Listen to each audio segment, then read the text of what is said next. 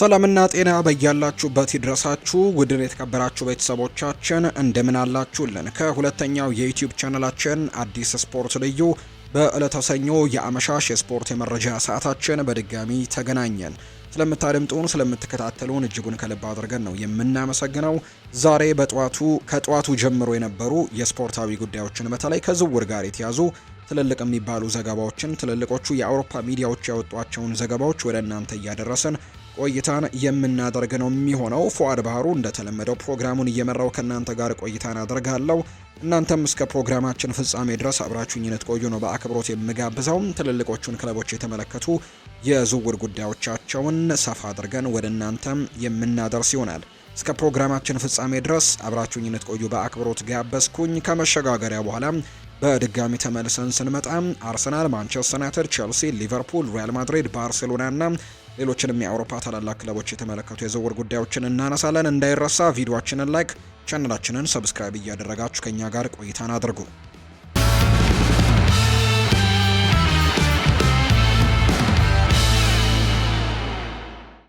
የዝውውር ዜና ባለሙያ የሆነው ፋብሪዚዮ ሮማኖ ካጋራው አንድ መረጃን እንመልከት። ማንቸስተር ዩናይትድ ወጣት ተጫዋቾች ላይ ትኩረት እንዳደረገ ይታወቃል። የተለያዩ ወጣት ተጫዋቾችን ለማስፈረም ጥረቶችን እያደረገ ይገኛል ማንቸስተር ዩናይትድ እና ከነዚህ መካከል ፋብሪዚዮ ሮማኖ ማንቸስተር ዩናይትድ ተስፋ ያለው ወጣት ተጫዋች የሆነውን ሙሐመድን በሙከራ ላይ እያሰለጠነ በመሆኑ የሚያሳይ አስደሳች መረጃ ነው እየወጣ የሚገኘው። የተጫዋች የሙከራ ጊዜያቶችን በማንቸስተር ዩናይትድ ቤት እንዲያገኝ እድል ተሰጥቶት ነበር። በጣም ድንቅ ጊዜንም እያሳለፈ እንዳለ ነው መረጃዎች የሚያሳዩት። ፋብሪዚዮ ሮማኖ ቀደም ሲል በትዊተሩ ላይ እንደተናገረው ከሆነ ወይም ደግሞ አሁን ኤክስ በምንለው የሶሻል ሚዲያ ላይ ወይም የማህበራዊ ትስስር ገጽ ላይ እንደዘገበው ከሆነ የ17 ዓመቱ ሴኔጋላዊ ወጣት ከማንቸስተር ዩናይትድ ጋር ባደረገው ልምምድም በጣም አዎንታዊ የሆነ ተጽዕኖ እያሳደረ ቢሆንም በአሁኑ ሰዓት ግን መደበኛ ስምምነት መፈረም ግን ቅርብ ነው ብሎ ማንሳቱ ግን ከባድ ነው የሚሆነው። ይህ ዝውውር እንዲዘገይ ከሚያደርጉ አንዳንድ ውስብስብ የአሰራር ሂደቶች ሊኖሩ እንደሚችሉ ነው ግምቶች የወጡት። ሆኖም ግን ማንቸስተር ዩናይትድ በሙሐመድ ብቃት መደሰቱ ግልጽ ነው። ስለዚህም ይህ ሁኔታ ደግሞ በመጨረሻም ወደ ስምምነት ሊያመራ እንደሚችል ይነገራል። ተጫዋች ሙሐመድ ዳቦ ተብሎ ነው ስሙ የሚጠራው። የሴኔጋል ተሰጥኦ ያለው ወጣት ተጫዋች ነው። 17 ዓመቱ ነው። በማንቸስተር ዩናይትድም የሙከራ ጊዜውን እያሳለፈ ሲሆን በጣም አዎንታዊ ተጽዕኖንም እንዳሳደረም ጣሊያናዊው ጋዜጠኛ ፋብሪዚዮ ሮማኖ ይናገራል። በደንቦችና ከአሁኑ ክለቡ ጋር ደግሞ ባለው ግንኙነት ምክንያትም በዚህ ደረጃ የተጠናቀቀ ወይም የተፈረመ የዝውውር ነገር የለም። መደበኛ እርምጃዎችም ገና እንዳልተጀመሩ ነው የሚገለጸው። ዩናይትድ እንግዲህ በታሪክ ውስጥም ታላላቅ ወጣት ተጫዋቾችን ብዙ ጊዜ ከአካዳሚ አልፎም በብልህ ደግሞ የዝውውር ገበያ ውሳኔዎች ላይ ወደ ዋና ቡድን በማምጣት ኩራት ይሰማቸዋል።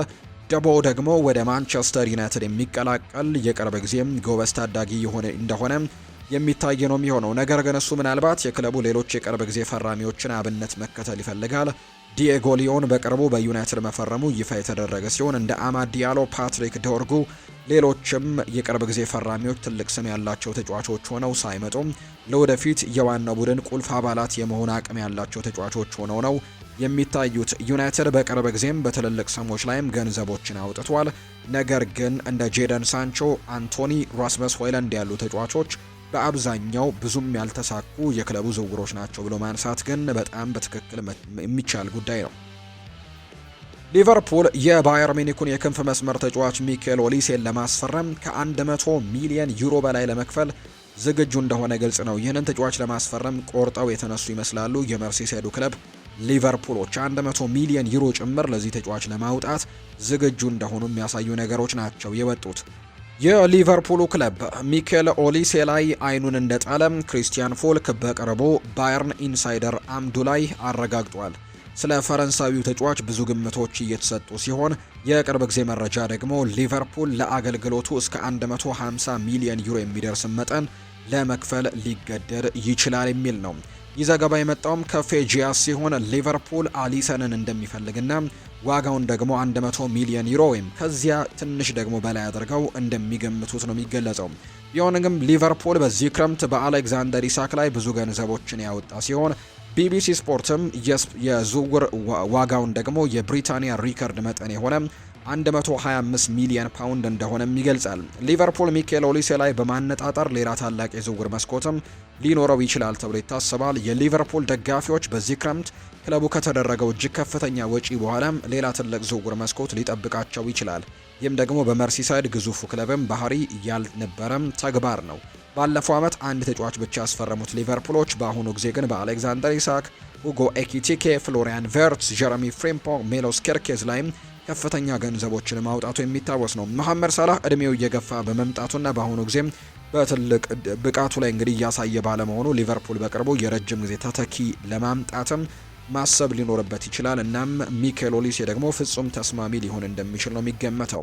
ሚኬል ኦሊሴ ከዚህ በፊት በእንግሊዝ ፕሪምየር ሊግ ተጫውቶ ያውቃል። ከክሪስታል ፓላስ ጋር በእንግሊዝ እግር ኳስ የነበረው ቆይታ በጣም ድንቅ ወጣት ተሰጥኦ መሆኑንም አሳይቶ ነበር። እናም ገለልተኛ ለሆኑ ደጋፊዎች ወደ ፕሪምየር ሊግ መመለሱ ማየቱ በእርግጥም ማስደሳች ያደርገዋል። ቢሆንም ግን ሊቨርፑል በድጋሚ እንዲህ ያለ ከፍተኛ ተሰጥኦ ያለው ተጫዋችን ለማምጣት ከፍተኛ ወጪ በማውጣት ሌላ የዓለም ደረጃ ተሰጥኦ መሳብ ከቻለ ለተቀናቃኞቹ ሌላ ጭንቀት ይሆናል። ሳላህ እንግዲህ አሁን ላይ ለረጅም ጊዜያቶች ማገልገል ይችላል ተብሎ አይታሰብም በቡድኑ ላይ፣ ምክንያቱም እድሜው ከመግፋቱ ጋር በተያያዘ። እንዲሁ ደግሞ ሚኬል ኦሊሴ በባየር ሚኒክ ቤት በቂ ጊዜን ካሳለፈ በኋላ ከእንግሊዝ ታላላቅ ክለቦች አንዱን ለመቀላቀል እድሉን ሊሞክር እንደሚችል የሚያሳዩ መረጃዎች ናቸው የወጡት። እንደ ቢልድ ዘገባ ከሆነ የሌስተር ሲቲው አማካይ ቢላል ኤል ኩኑስ በውሰት ስምምነት ወደ ስቱትጋርት ከሄደ በኋላ ቋሚ ዝውውሩን ሊያጠናቅቅ ነው። በክረምቱ የዝውውር መስኮት ማብቂያ ላይ እንግዲህ በውሰት የተሰናበተው ኤል ኩኑስ በቡንደስሊጋው ጥሩ አፈጻጸምን በማሳየቱ ስቱትጋርት 18.5 ሚሊዮን ዩሮ የግዢ አንቀጽ ወይም ደግሞ ባይአውት ክሎዝን ለማንቃትም እንዲያስብ አስችሎታል ነው የተባለው። ሌስተር ሲቲ በገንዘብ ችግርና ከአሰልጣኝ ውጭ ባሉ ጫናዎች ውስጥም ባለበት በዚህ ሰዓት የሞሮኮ ተጫዋችን ሊለቅ መቻሉ በክለቡ መልሶ ግንባታ ላይም ትልቅ ፕሮጀክት መሆን የሚችል ተጫዋችን ወሳኝ የሆነ ዝውውርን ሊመለከቱ ወይም ሊሸጡ እንደሚችሉ ይታመናል። ኤልኩኑስ ከሌስተር ሲቲ በቅድሚያ የውሰት ስምምነት ወደ ስቱትጋርት ተቀላቅሏል። የውሰት ስምምነቱ 18.5 ሚሊዮን ዩሮ የግዢ አማራጭ እንዳካተተ እንግዲህ ተዘግቧል። እናም የጀርመኑ ክለብ በተጫዋቹ አፈጻጸም ከተደሰተ በኋላ ይህንን አማራጭም ለመጠቀም ዝንባሌዎችን እያሳዩ ነው። ስቱትጋርት ለሌስተር ሲቲ ወደ 3.5 ሚሊዮን ዩሮ የሚጠጋ የውሰት ክፍያን አስቀድሞ የከፈሉ ሲሆን ኤልኩኑስ ጥሩ መላመድ በማሳየቱ ቆይታውን ቋሚ ለማድረግም እየገፉበት ነው የሚገኘው። የኤልኩኑስ ወደ ስቱትጋርት በውሰት መሄድ ጊዜያዊ ሙከራ ሆኖ ቢጀምርም ሁሉም ምልክቶች ግን ወደ ቋሚነት እያመለከቱ ነው። ከሌስተር ሲቲ አንጻር ሲታይ ሽያጩን መፍቀድ ከገንዘብ አንጻር ትክክለኛ ውሳኔ ነው። ነገር ግን በጣም ተስፋ ከሚሰጡ ወጣት ተጫዋቾች አንዱን ማጣት ግን ከባድ ያደርግባቸዋል። የስምምነቱ ስኬት የሚወሰነው በምትኩ የሚመጡት ተጫዋቾችና ከአካዳሚው የሚመጡት ወጣቶችም የሚፈጠረውን ክፍተት ምን ያክል እንደሚሞሉ ሲታይ ነው። ለኤልኩኑስ ይህ ሲሆን የሚችል እንግዲህ ዝውውር በተረጋጋ ሁኔታ ውስጥም በቡንደስሊጋ ቀጣይነትን ይሰጠዋል። ለሌስተር ደግሞ በጣም ወሳኝ ከሆኑ መጫወቻዎች አንዱ ሊሆን ይችላል። የሞሮኮ ተጫዋች በሌለበት ጊዜ ሌስተር ሲቲ ጥሩ አፈጻጸም አሳይቷል እና ተጫዋቾቻቸው የ21 ዓመቱን ወጣት ክለቡ እንዳይናፍቀው አድርገዋል። ለሶስት ጊዜም በሁለት ዓመት ውስጥም ከደረጃው ከወረደ በኋላ ሌስተር ሲቲ አሁን ላይ ወደ ፕሪሚየር ሊጉ ለመመለስም ጠንክሮ እየሰራ እንደሚገኝ ነው የተገለጸው።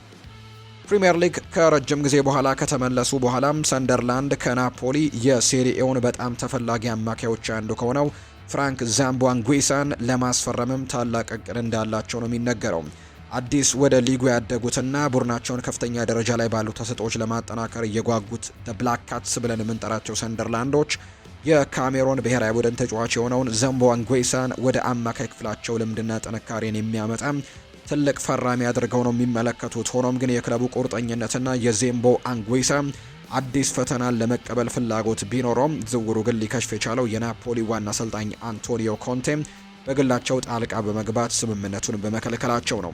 ወደ ፕሪሚየር ሊግ ከተመለሱ በኋላም ባደረጉት የመጀመሪያው የዝውውር መስኮት የሰንደርላንድ ቅጥር ስትራቴጂ ደፋር ነበር። ክለቡ ፕሪሚየር ሊጉ ላይ ከመቆየቱ በተጨማሪ ተወዳዳሪ የሆነ ከፍተኛ ደረጃ ቡድን ለመሆንም የሚያስችሉ ከፍተኛ ደረጃ ያላቸው ተጫዋቾችን ለማስፈረምም አስቦ ነበር። ሰንደርላንድ የአውሮፓ ታላላቅ ውድድሮች ልምድ ያላቸው ሁለቱን አማካዮች ግራኒት ዣካና የቀድሞውን የፉላም አማካይ ዛምቧንጉሳን ቁልፍ ኢላማዎች አድርጎ ለይቶ ነበር። ለዛምቧንጉሳ ያላቸው ፍላጎትም በጣም ተጨባጭ ተብሎ የተገለጸ ሲሆን ታዋቂው ጋዜጠኛ ፋብሪዚዮ ሮማኖ የሰንደርላንድ አቀራረብን ከመጠየቅ ያለፈም እንደነበር ነው የሚያረጋግጠው። ድርድሮች በእውነተኛ ዓላማ ላይ ተካሂደዋል። እናም ደግሞ ለተወሰነ ጊዜም የዝውውሩ እውን መሆን ላይ ብሩህ ተስፋዎችም ነግሰው ነበር።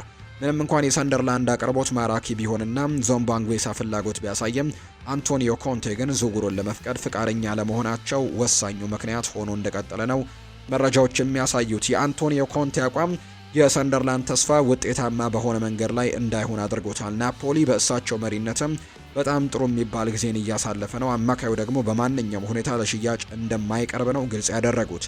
የክለቡ አመራሮች በዝውውር ገበያው ላይ ቀደም ሲል ምኞታቸውን ያሳዩ በመሆናቸው በዓለም አቀፍ ደረጃም የተመሰረተ ተጫዋችን መሳብ፣ ወደ እንግሊዝ ከፍተኛ ዲቪዚየን ደግሞ መመለሳቸው መገለጫ ይሆናል ብለው ተስፋ አድርገው ነበር። ከዚህ ይልቅ ግን መሰናክሉ ሰንደርላንድ አማራጮቹን እንደገና እንዲገመግምና ጥረቱን ይበልጥ ደግሞ ሊደርስባቸው ወደሚችሉ ኢላማዎችም እንዲያዞር ያስገድደዋል ተብሎ ነው የሚታሰበው።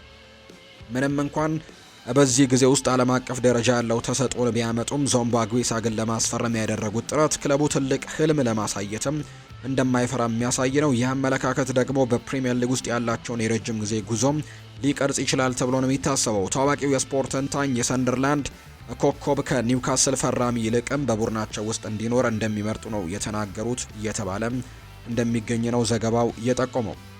ቸልሲ በመጪዎቹ ወራት የኖቲንግሃም ፎረስቱን ተከላካይ ሙሪሎን ለማስፈረም ፍላጎት እያሳየ ነው ተባለ።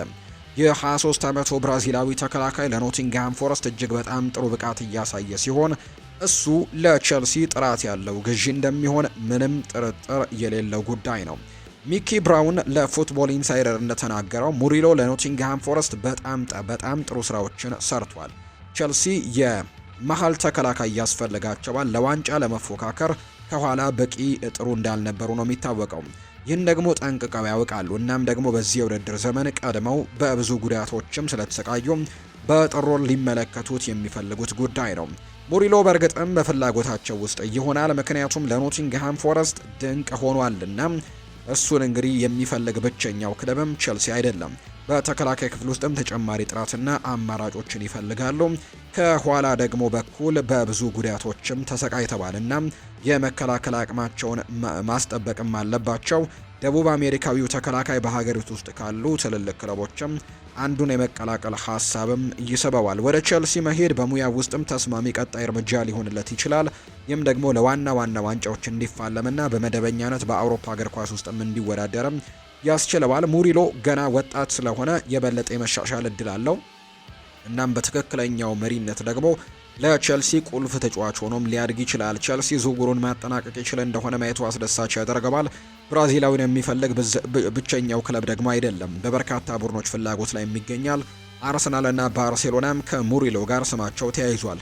ኖቲንግሃም ፎረስት እሱን የመሰለ ቁልፍ ተጫዋችን ማጣት አይፈልግም። እናም ደግሞ በቀላሉ ከፍተኛ ዋጋ ሊጠይቁ ይችላሉ። ቸልሲ ለብራዚላዊው ተከላካይ ትልቅ ወጪ ለመክፈልም ዝግጁ ይሆና እንደሆነ ማየቱ አስደሳች ያደርገዋል። በጣም ጥሩ ቡድን አላቸው። እናም ጥራት ያለው የተከላካይ ማስፈረም ወደ አዲስ ደረጃ ሊያሳድጋቸው እንደሚችል ምንም ጥያቄ የለውም። ተከላካዩ ክለቡን እንዲቀላቀል ማሳመን ለቸልሲ አስቸጋሪ አይሆንም። በመጀመሪያ ከክለቡ ጋር ምክንያታዊ የሆነ ስምምነትም መደራደር ይኖርባቸዋል ተብሎ ነው የሚጠበቀው። ሊቨርፑል በመጪዎቹ ወራት የባየር ሚኒኩን አጥቂ ሚካኤል ኦሊሴን ለማስፈረምም ፍላጎት እንዳለው ተዘግቧል። እናም ደግሞ ለዚህ ዝውውር ከፍተኛ መጠን ያለው ገንዘብም መክፈል ይኖርባቸዋል። እንደ ፌጂያ ዘገባ ከሆነ ሊቨርፑል ፈረንሳዊውን ዓለም አቀፍ ተጫዋችም ለማስፈረም ከ100 ሚሊዮን ዩሮ በላይም ለመክፈል ፍቃደኛ ይሆናል። የ23 ዓመቱ ተጫዋች ባየር ሚኒክን ከተቀላቀለ በኋላ አስደናቂ ብቃት እያሳየ ነው የሚገኘው። ባለፈው የውድድር ዘመን 43 የጎል አስተዋጽኦችን አስመዝግቧል። እሱ በአሁኑ ጊዜ በጀርመን ውስጥ ካሉ ምርጥ ተጫዋቾች አንደኛው እንደሆነ ምንም ጥርጥር የለውም። ሊቨርፑል እንደ ክለቡ ታሪካዊ ተጫዋች ለሆነው ሙሐመድ ሳላህም ተተኪ አድርገው ሊመለከቱት እንደሚችሉ የሚያሳዩ መረጃዎችም እየወጡ ይገኛሉ። ግብፃዊው የመዳከም ምልክቶችን እያሳየ ነውና ሊቨርፑል ደግሞ ለመተካት ይገደዳሉ ተብሎ ነው የሚታሰበው። ፈረንሳዊው ተጫዋችም ጥሩ ግዢ ሊሆን እንደሚችል በርካቶች እንደሚያምኑ ነው ዘገባዎች የጠቆሙት። ሊቨርፑሎች ከዚህ ተጫዋች በተጨማሪ ግን ሌሎች ተጫዋቾችንም ሊመለከት የሚችልበት እድል አለ ተብሏል። የዚህ ተጫዋች ይህንን ሙሐመድ ሳላህን ለመተካት ተደጋጋሚ ጊዜ እንግዲህ ስሙ እየተነሳ ቢሆንም ነገር ግን ሊቨርፑሎች ሌሎች ተጫዋቾችንም በሱ ለመተካትም ሙከራዎችን ያደርጋሉ ተብሎ ይጠበቃል።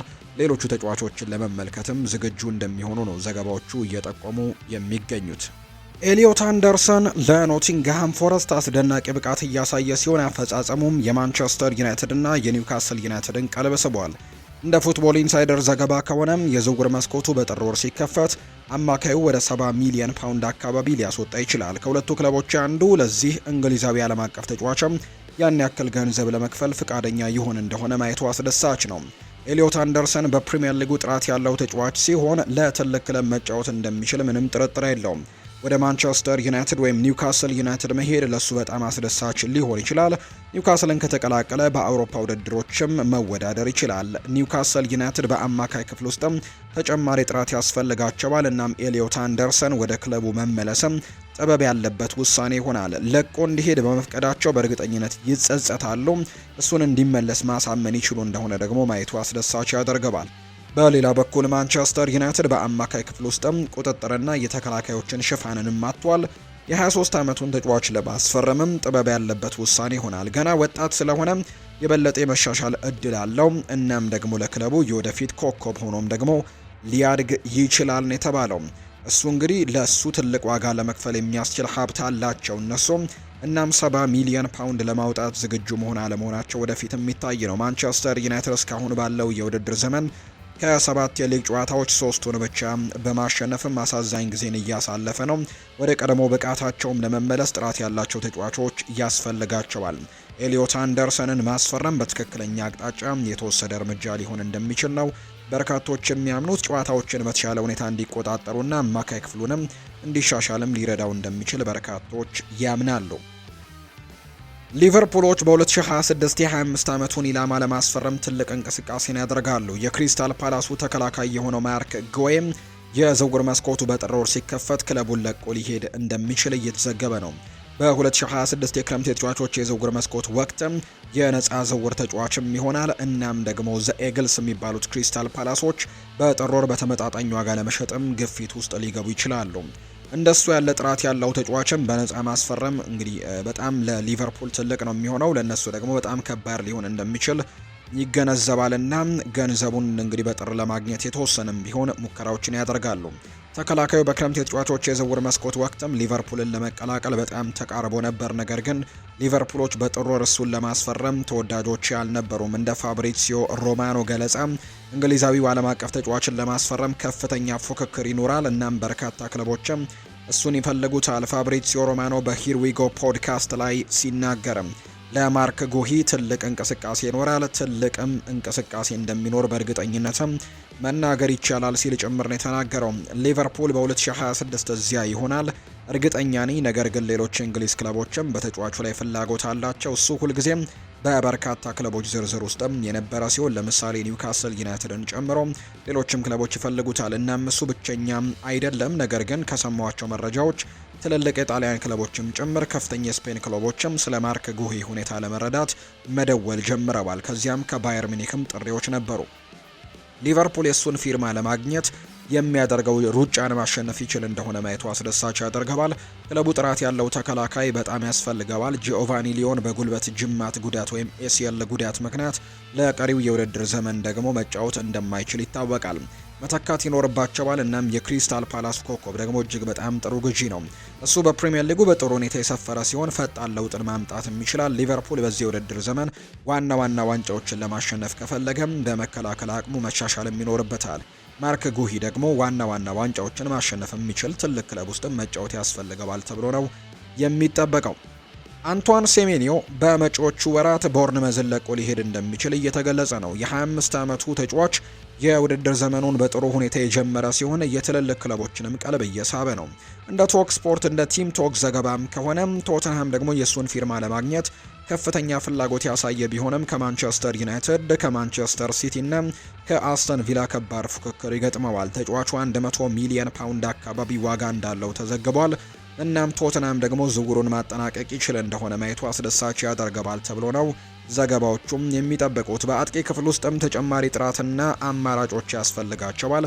የ25 ዓመቱ የክንፍ መስመር ተጫዋችም ግብ ማስቆጠርና ፈጠራንም በደንብ መጨመር የሚችል አይነት ተጫዋች ነው። ሪፖርቱ ቶተንሃም በ2026 ለተጫዋቹ ከፍተኛ መጠን ያለው አቅርቦትን ለማቅረብ ዝግጁ እንደሆነ ይናገራል። ሁኔታው እንዴት እንደሚዳብርም ወደፊት የሚታይ ነው። እንደ ማንቸስተር ዩናይትድ ያሉት ክለቦችም በአጥቂው ክፍል ውስጥ ተጨማሪ አማራጮች ያስፈልጋቸዋል።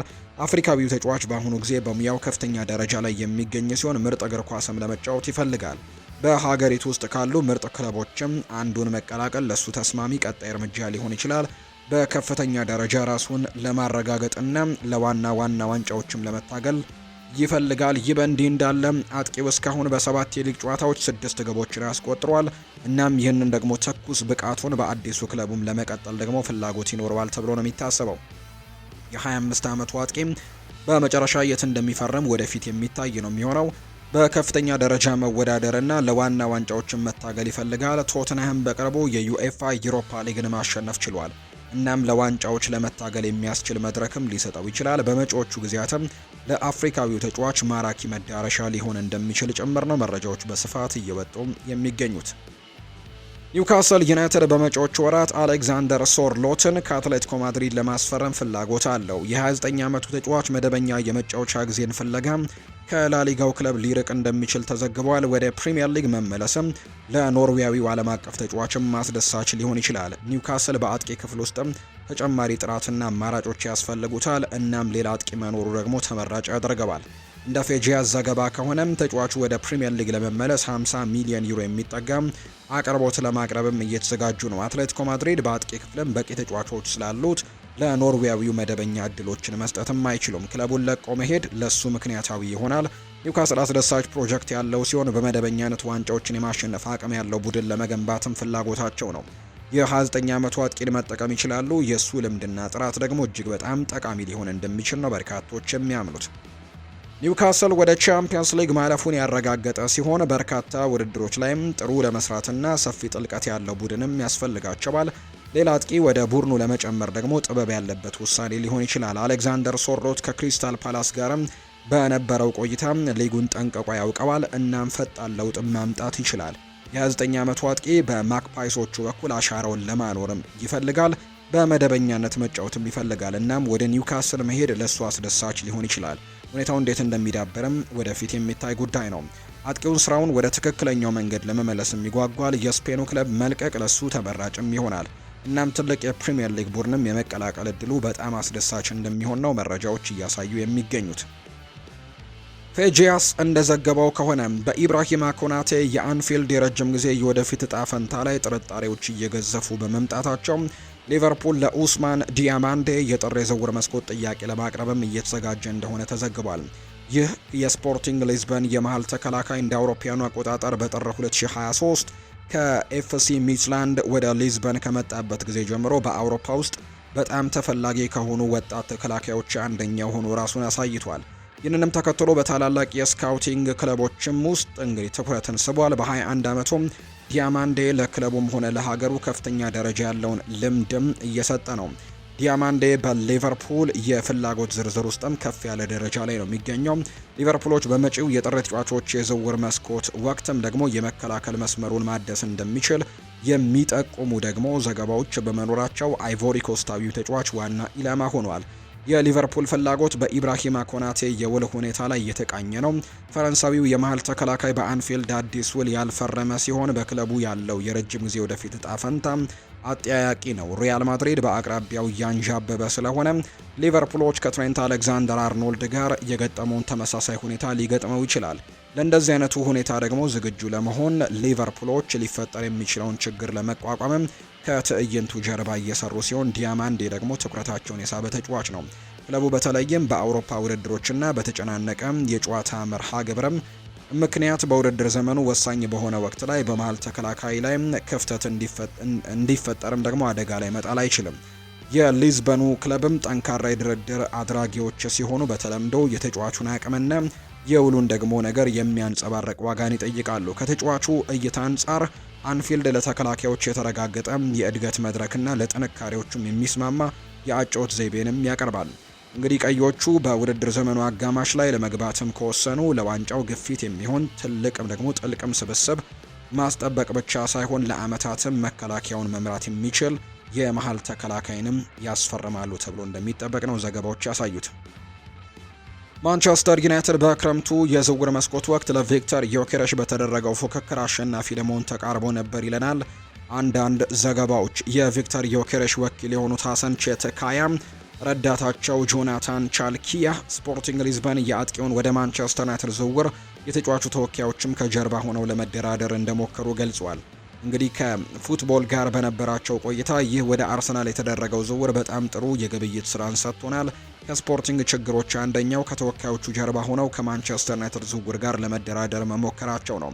ማንቸስተር ዩናይትድ ከፍ ያለ የዝውውር ዋጋን ስላቀረበም ስምምነቱ ተጠናቆ ለጥቂት ነበር ሲልም ጭምር ነው የተናገረው። ቪክተር ዮኬሬሽ በመጨረሻም አርሰናልን የተቀላቀለ ቢሆንም የፖርቱጋሉ ክለብ ግን ከለንደኑ ክለብ ጋር ሲነጻጸር የበለጠ ገንዘብ ላቀረበው ማንቸስተር ዩናይትድ ለመሸጥ ፍላጎትም ዝግጁነትም ነበራቸው ሲል ነው የተናገረው። የ27 ዓመቱ ተጫዋች ባለፈው የውድድር ዘመን በሁሉም ውድድሮች 53 ጎሎችን በማስቆጠር በዓለም ላይ ካሉ ምርጥ አጥቂዎች ተጫዋቾች አንደኛው ነበር።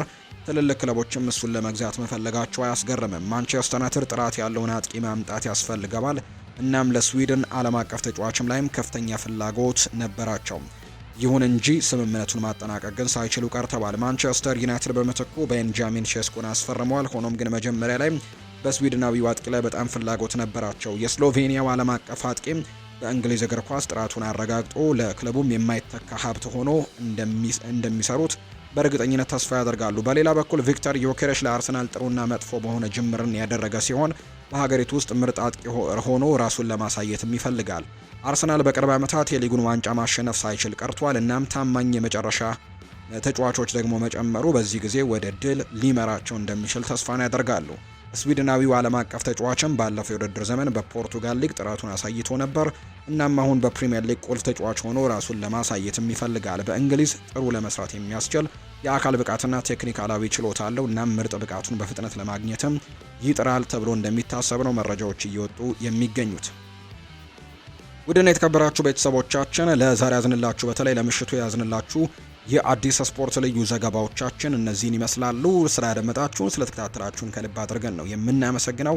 ፉአድ ባሩ የዛሬውን ፕሮግራም እየመራው ከእናንተ ጋር ቆይታን አድርጌያለሁ። በቀጣይ ፕሮግራሞቻችን ሌሎች ስፖርታዊ ጉዳዮችን ይዘን በድጋሚ የምንገናኝ ይሆናል። ስላደመጣችሁኝ ስለተከታተላችሁኝ ከልብ አድርጌ ያመሰገንኩ። መልካም ምሽት እንዲሆንላችሁ ነው የምመኘው።